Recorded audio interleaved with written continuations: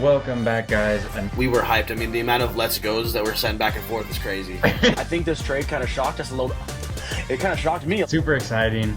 That's kind of hard to believe. Let's get hyped and let's get into the video. Hey guys, welcome back to another episode of Talking Tridents, a Mariners podcast. We are back. Cal Raleigh is also back because he broke his 0 for 38 slump yesterday, finally with a single only, but hey, we'll take it. Hopefully that's the start of more to come.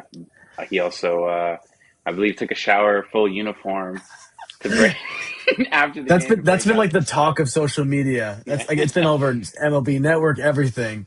So I guess you gotta do what you gotta do.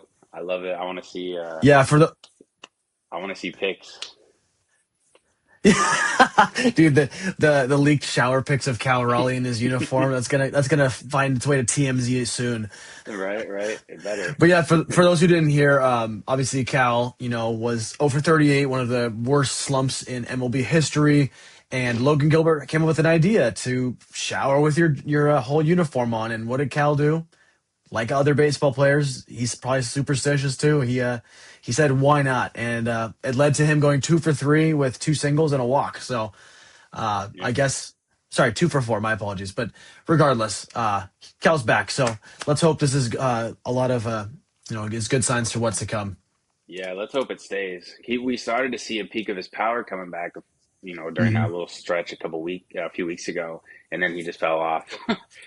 Well, yeah, obviously he had that. I think he had a stretch where he had 3 games in a row with home runs, and he was hitting well and everything like that. And then all of a sudden he had that oblique strain, and it really just derailed all the progress he had made. I know he wasn't by any means the Cal that we have come to know from like last year and years prior, but he was batting in like 160 recently until last night. So good to see him getting those back. Obviously, it was fun to see the reactions in the dugout after the hit. So I know everyone was going crazy for a single. It's funny. They got his ball too. They got the ball. They did. I saw that. Yeah. I wonder if he's gonna put that one in his display chest. I mean, you never know, right? Yeah, why wouldn't you have that one? You're 0 for 38. Sure, why not? Right. Why not? Put it next to the home run number 60 ball. Right. That one might be more valuable, actually. Yeah, seriously. That happens less, right? No. Yeah. Exactly. So, but yeah, we're currently filming on May 13th. The Astros-Mariners game is currently underway. It's a bottom of 1. So if you hear us reacting as we're recording, obviously that's what we're doing. So, but yeah, we wanted to get an episode out during the game. Bryce Miller is back today on the mound. Let's go. It's good. It's also, we wanted to discuss this. So Mariners are going to be running a 6-man rotation. It sounds like for now. Multiple reports. Yeah, I've said that. Yeah, Miller. Well, like you said, the game literally is starting right now. So if something happens, we'll get to see that while we're recording. But we'll see how Miller does after today. It wasn't a clear. Obviously, Hancock wasn't. He was doing good enough to not be sent down, right? With Miller's return, which is awesome. His last start was a little shaky, but he's definitely proven that he deserves a spot, at least a longer chance in this rotation, right? And then we all know, we kind of talked about it last time, Castillo is probably the odd man out right now. Between our last video where we talked about it and this video, he had another start and it was rough again. It just seems like he cannot find his footing at all. I don't know. And it's kind of surprising too. I mean, Castillo over the last 3.5 years he's been with the team has been arguably our most consistent, healthy starter. Right, he's made every single start. I don't think he's. I think he hit. I mean, literally, right? It's not just a fun thing to go like this for. It's he is the guy that we look to maybe to end a skid or to give us 7 innings when the bullpen's been taxed the last few days. He's a veteran. He's had a lot of success in what he does, and it's been frustrating for us to watch, but only imagine how frustrating it's been for him to actually perform that way. So with Miller coming back, we're in the this is game 6 of a 12-game stretch with no off days. So I like what the Mariners are doing. I like that they're giving a 6-man rotation a chance because ultimately, who couldn't use an extra day break?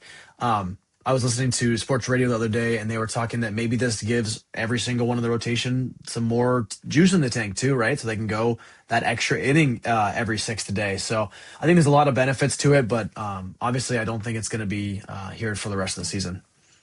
Yeah, I agree. I don't think it's something that's going to stay for the long term, but I think for right now, especially the way our bullpen is looking too, I think this really helps give our bullpen um, more opportunities for more rest, right? Because we have Yeah. three of our biggest guys out now: Matt Brash, Gabe Spire, and now Jose Ferrer Hmm. is gone with He should be back quick, but yeah, still. yeah, he's had a kid, but still, they need all the rest they can get, or we also Hmm. just don't want them to be in the game to have to go to the bullpen because it's unpredictable. So Yeah. hopefully the 6-man rotation will help with that. Yeah, it's really going to be interesting to see what they do because I mean, obviously, if Castillo keeps pitching the way he is right now, he's going to be a liability in this rotation, especially if Bryce Miller returns to some sort of form from 2024. Um, Hmm. so I mean, because Castillo currently has next year as a guaranteed year, he has a vesting in 28. So I mean, he's not someone you could just trade for people, especially when he's currently his lowest value he's been in this contract. So, I mean, if I was the GM in this situation, I think you have to have that hard conversation and maybe let Castillo know, hey man, uh, you need to go get option down, or we need you in the bullpen, whatever it takes to win for the team. And I think ultimately Castillo would do that, but he's also been, like I said, he's been that guy for 3.5 years. Yeah, I really think that's why they're giving him the chance. I mean, like you said, he's not just a guy that you're going to just randomly like option down or you know trade or release or whatever, or it'd be more like DFAing, but Hmm. because Yeah, and if you did that, you're on the the hook for what, 50 yeah, more million dollars? I yeah, mean, and yeah, they're not going to do that. And with his track record, obviously he's earned a chance to, if he has struggles, work through it. mhm. But I think there comes a time where, especially the Mariners, we're teetering one game back from first place right now, Yeah, and currently 21 and 22. Athletics are 21 and 20. yeah, and we're not playing terrible. Obviously, we're only one game back from first, but we're not playing amazing. And, our offense is still up and down. Our pitching is up and down. So I think there comes a time where if we're still kind of in the same groove, we have to look at, what are our options with the rotation with Castillo specifically, maybe if he's still struggling, right? I Well, wouldn't mind and seeing someone go to the bullpen, being a long reliever, especially with our bullpen having struggles early. mhm. Well, and I like the point that you made. Like, we're not doing good enough to just kind of let it be, right? We are currently almost in first place in the AL West, which is crazy to believe that a 500 team can be first place in the AL West. Hmm. But like you said, there's too many fires to put out. You have all the injuries in your bullpen. Obviously, Logan Gilbert hasn't been quite as polished as we would have hoped. Brian Wu has had his struggles. Bryce Miller coming back, so who knows what that's going to look like. But like you said, we've had so many guys come out of the bullpen who you're like, who the hell is that guy? I've never heard of this guy. Hmm. And some Right. have worked out great. Some have had some really good reps. Some have had some really bad reps. So you just can't have this many questions when it comes to your team as a whole. Platoon, Ref Schneider hasn't really worked out. Robles is injured. You have Connor Joe, Leo Rivas in your starting lineup of a time or two a Yeah. week. There's just, there's no, you can't just have Castillo there for the hell of it. You're right. You can't. And hopefully, with Brendan Donovan coming back now, that you know we won't have to see Leo Rivas in the lineup every single day. He's Yet he's fine there to stay today. healthy. He's yeah. But hopefully, Brendan Donovan provides some more consistency as long as he can stay healthy, which is the Hmm. key there. And then hopefully, with Miller coming back now, I rotate. Hopefully, he's back to form. I don't know what to expect from him. I am very 50-50 on whether he's going to be good or not, Hmm. right? Hancock still, he's impressed me, but he still scares me. Just the Hmm. consistency, right? Yeah. I have a funny story to share really quick, not to get too off topic, but with our mentioning our rotation and Logan Gilbert, my mom was on a work trip the other week, and I was talking to her on the phone. She was in the car with like some coworkers, and one of her coworkers was like, "Oh, your mom told me about your podcast. He's not a Mariners fan. I believe he's I think a Tampa Bay Rays fan." Hmm. And he was like, "Oh, I started like watching your guys' podcast like here and there, and you guys talking about Mariners, and I play fantasy baseball, and like you guys hyping up the Mariners rotation so much that I drafted um, Gilbert and Castillo in my fantasy team, and now like they're Oh, both it's the like did two guys terrible." that Yeah, so are. he was like going off, and, like We got to add a disclaimer it was before every funny. video. Do not use this video to select your fantasy baseball players. Yeah, right. Anyway, it was funny. But No, yeah, and I mean, so and at the start of the year, if we were to say that Logan Gilbert and Luis Castillo would be arguably our two worst guys out of the rotation right now, I guarantee a lot of people are like, you don't know what you're talking about. That's not going to be the case. Those guys are our rocks, right? Logan Gilbert was your opening day starter. Luis Castillo has been your opening day starter in the past and has had like a 3.5 or less ERA over his 3 full years with the Mariners, right? You can expect these guys to go out every day and shove. They're gonna go out, throw 6 innings, 7 innings, right? Keep you in the game. But that yeah, just hasn't been the case this year, and that's what makes these conversations even harder to have because hmm you can't just let things be. You have to address them, and unfortunately a difficult conversation is going to have to be had at some point with someone in this rotation. yeah, right. I agree with you 100%. So it's kind of just where do we go from here, right? I think seeing what Miller does tonight Mhm. is going to be a huge tell. Well, let's see. So Miller's starting today on the 13th. So one, two, three, four, five, six. Arguably, or if I'm reading correctly, he should be playing on the 19th against the White Sox. That's next Tuesday. So him and Castillo will each get two more starts before you really have to have a conversation about what happens next. Yeah. Is Castillo going tomorrow? Am I right in that assessment? I'm not sure actually. I'm gonna look really quick because I think that Okay. yeah, Castillo is currently slotted to go tomorrow at 11 o'clock, 11:10 East or Pacific time, and Okay. again he's 0-4 with a 6.57 ERA. That just can't happen. I mean, if we were the No. if we were the Colorado Rockies, the Los Angeles Angels, sure you can give them the ball every 5 days, but we are a We aren't bad enough to just let him We go. we're not quite that bad. We're not good enough to just like outright DFA him and bring up Kate Anderson or if Logan Evans was healthy or like obviously if Bryce Miller was just the guy again. But we're in that weird middle ground where you have to give him a chance to figure it out because guess what? The money's committed. He's been that guy for you for years and years, and you can't just throw him in the bullpen because ultimately when Ferrer, Brash, and Spire come back, does Castillo even make the bullpen at that point? I don't know. That's I mean, crazy. I'm Yeah, I'm I mean being you're right. serious, Yeah, right? yeah, yeah. You're not wrong. Yeah. So it's I don't know. It's tough. It's a it's a bad problem to have, but it's also like I don't know. Like too many pitchers is not always a bad problem to have. You Well, know, in this another bad situation, it is problem a to bad have. problem to have because Castillo's struggling, but it's just He's a real, like, it really tough struggling. Like not just situation. Yeah, slightly. He's not just out here, having a rough game every once in a while. He's having it every every single single start. start. Yeah, I mean, almost a 7 ERA. Come on.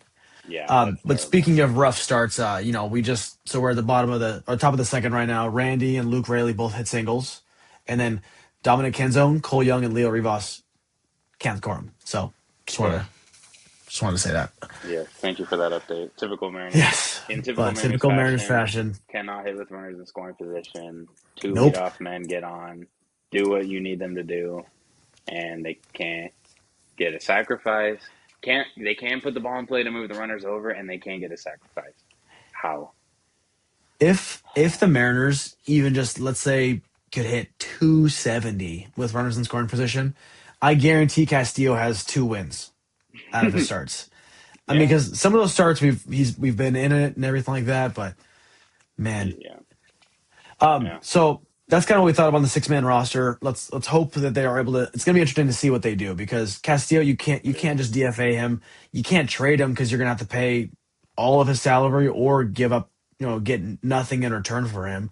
yeah. I doubt a team is So going to be taking on his salary and giving you anything of noteworthy in return yeah. at this point. I mean, And if they are, well, then you know what? Maybe you take a chance. Just say, hey, if they're willing to take At the that money and point, give us yeah, a solid guy, sure. sure.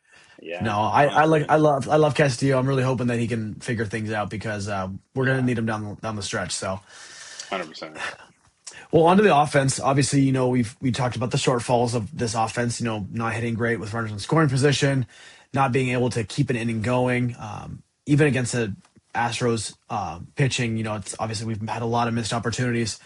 Um, but Randy Arozarena has been shocking, in my opinion.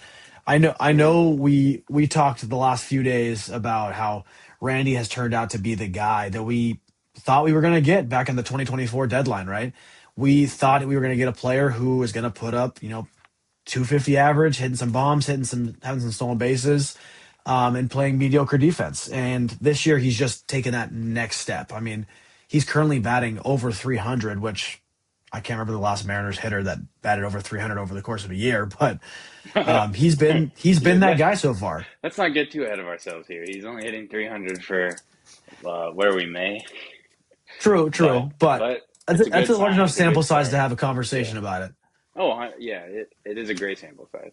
But yeah, I mean this is the type of player that I was excited to be getting when we got him at the deadline. And even last year he had a good year, right? He had a solid year, but I feel like he at least the last like 2 seasons that we had him, he doesn't get hits in the big moments, or he doesn't Mhm. like perform the way you want him to in those big moments, which he did in Tampa Bay, right? Mhm. This year, he's off to an amazing start. So I'm really excited for that because I want to It like Randy so much. I want to love him so much. Well, and it's funny too because we talk about his success as a Tampa Bay Ray, and he came over here. 2024 was pretty disappointing that year. I think he batted like close to 210. Really didn't do that much for us. Again, missed the playoffs. Hmm. And then Justin 2025, Turner was he better at that than him on that deadline yeah, exhibition. Yeah. seriously, right? And then this year, or even last year, we're talking about he had arguably his best year. He had a 4 WAR. He had his most home runs in a season. He had a lot of stolen bases, was looking great. But this year, I mean, he's 31 years old. You don't see a lot of players who are kind of finding their niche this late into their career, right? Um, I thought, he was a 2020 player across the board, but is there a chance he could be a 30-30 player, 30-40 player?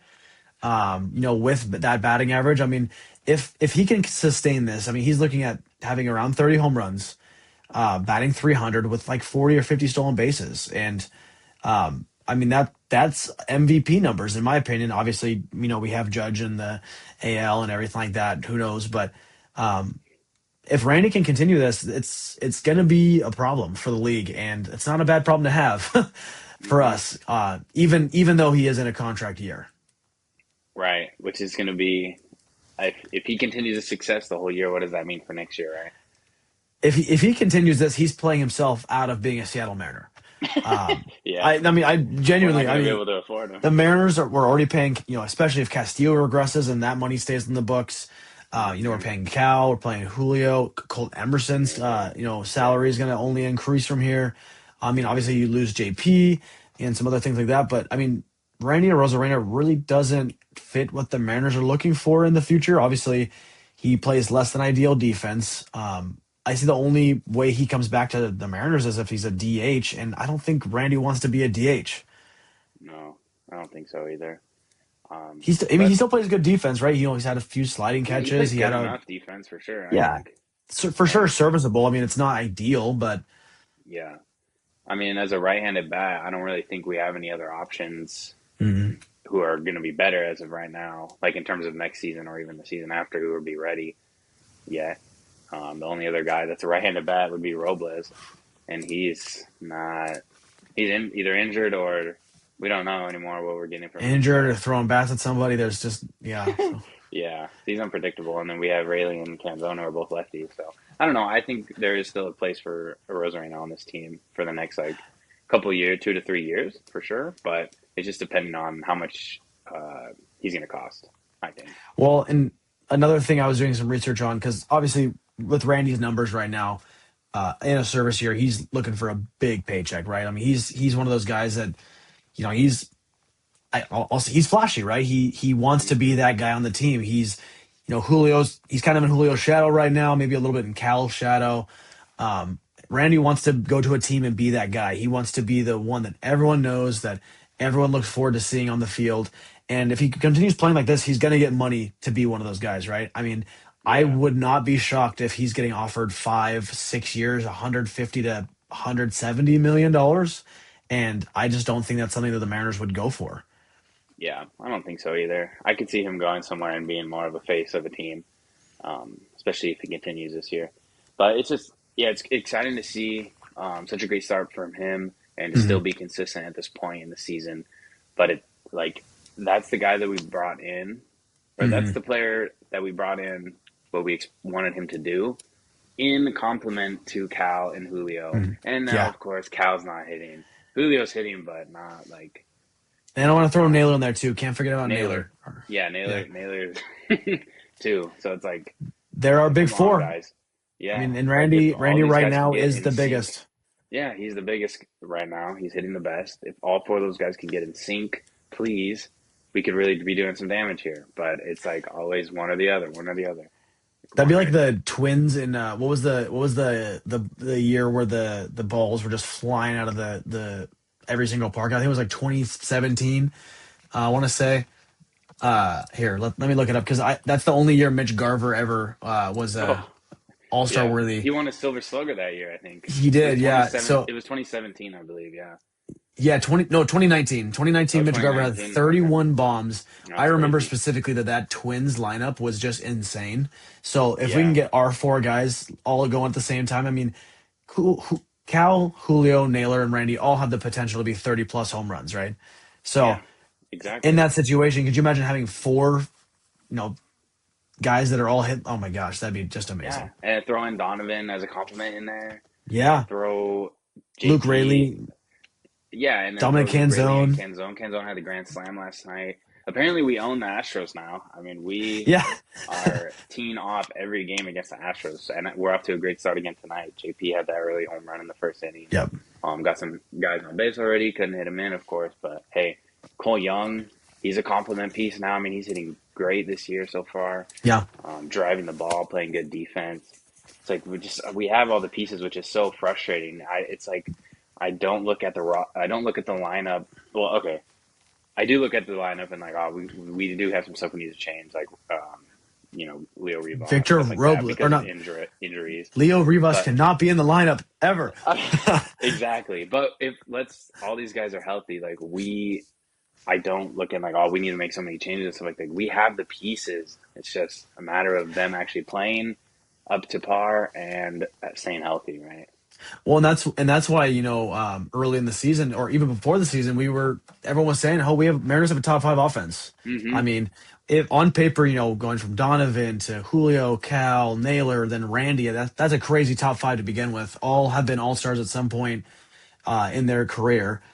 And then you Mm-hmm. complement it, like you said, with Luke Rayleigh and Canzone, and then Young, and then JP to round it out. I mean, on paper, this offense should be a juggernaut, Yeah, it and should. only against the Astros are they a juggernaut. Yeah, for real.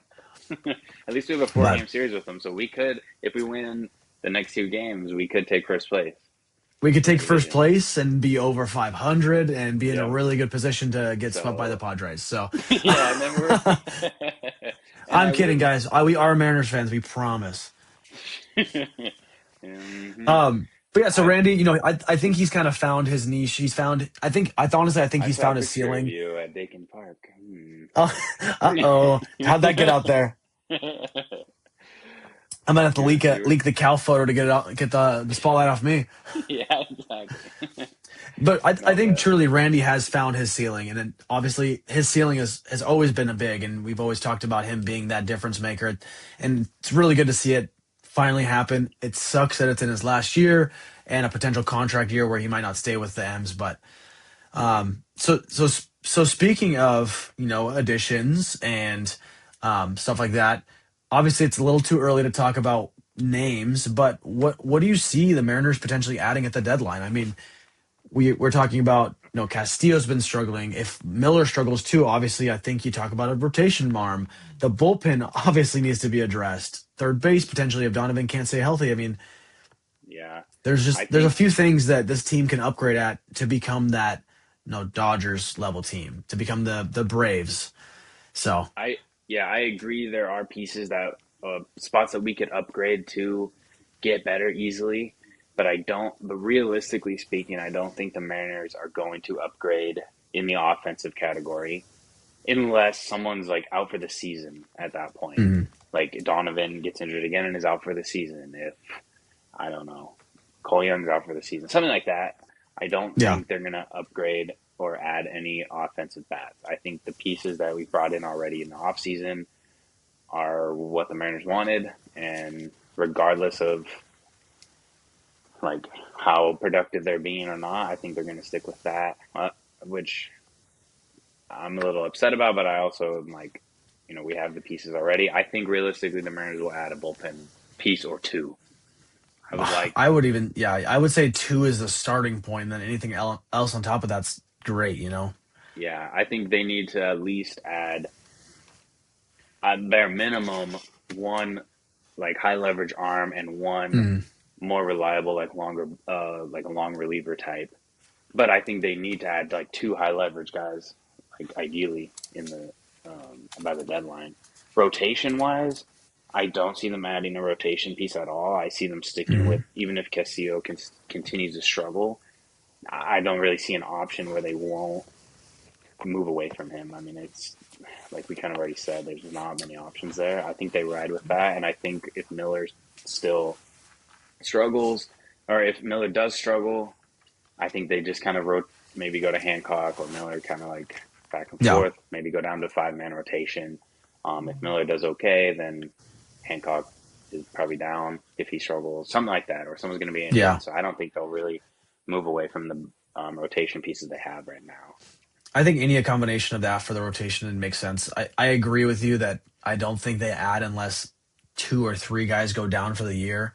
Yeah, And even at that, I think if the rotation was something to be addressed, I think they address it within within the organization. I mean, I we've agree. Yeah. seen Kate Anderson. He's put up I mean, he's ones and twos across the board on all pitching categories in Double A right now, Hmm. and that can't be ignored, obviously. So, if there's a situation where Castillo and Miller aren't working out, I think they have another guy. I mean, that sense of competition in the clubhouse, I think, can go further um, than bringing in external competition. So, Yeah. um, Let's not forget about Jonathan Diaz as well.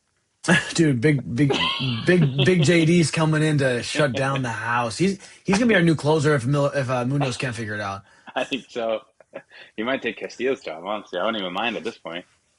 We'll take a quick break to say Julio has hit a double. So Let's go, nice baby. runner in scoring position. What will happen? Let me guess. Strike out, fly out, not deep enough to move the runner, and then ground out. Ground out, perfect. Yeah. But yeah, But I think the anyway, rotation is going to be one of those things that we don't see them address. I definitely I think agree. bullpen will be a bulk of what we see happen. This Hmm. team needs bullpen help, and obviously, we talked about Ferrer going out on paternity leave. We see Brash Spire out and hopefully coming back soon.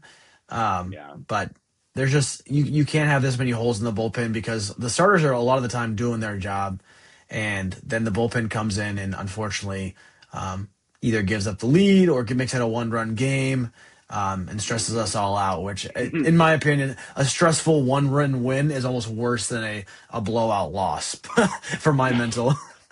Mentally, yeah, for sure. Yeah. Yeah, so I agree 100%. Bullpen is where they will address, and I think bullpen's usually easier at the deadline because a lot of teams that are out of it by the deadline, they Mhm. have at least one or two bullpen pieces that they're willing to probably part For with, sure, right? yeah. So I There think was that's a an easy target for the Mariners, and I think that's what they need anyway. I can't remember his name, but there was a relief pitcher for the White Sox who still has an 0.00 ERA. Coming out of the bullpen. I don't Obviously, know. bullpen arms are the cheapest, which is crazy Hmm. to say because they have so much value on the team. But they are the cheapest because they can regress so quick. I mean, we've seen that multiple times with the guys on our team. So, yeah, again, I just I know it's way too early, but I just wanted to play around with that a little bit and see what we could think of when because I mean we're just under 2 months away from the deadline. So obviously, For sure. It's never too early to it's think gonna about the come. deadline. Yeah, it's gonna be We here know sooner than we think. 100%. And we know the Mariners like to be active at the deadline. That's for hmm sure. Jerry As DiPoto, long as by we're the still way, in it. made his 200th trade recently when we traded away Casey Legumina. So That's crazy. that's crazy. That's That crazy. is. So, That is crazy. Man, this man well, loves to I transact. yes, he does.